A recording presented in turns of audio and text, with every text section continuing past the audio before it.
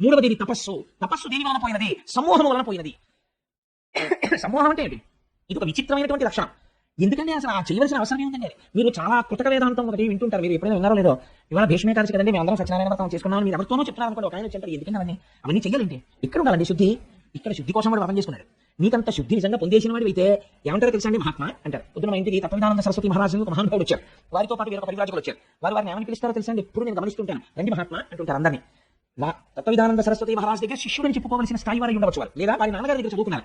అయినా వారికి అహంకారం ఉండదు. వారు ఆయన్ని కూడా తన పక్కన కూర్చోబెట్టుకుని చక్కగా వారిని పిలిచేటప్పుడు మహాత్మా రండి అంటారు.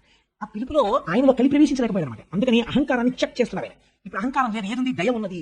అంటే ఇప్పుడు ఎవరున్నాడు? కృష్ణుడు ఉన్నాడు. అక్కడ కృష్ణుడు ఉన్నాడు తప్ప కలి లేడు. కృష్ణుడే ఉన్నాడని ఏమి గుర్తు? మీరు ఏం చెప్పమన్నా కృష్ణుడి గురించి చెప్తుంటారు, ఈశ్వరుడు గురించే పలుకుతుంటారు. ఎందుకు పలుకుతుంటారు? లోపల ఆ పాదం లేదు, ఈ పాదం ఉంది.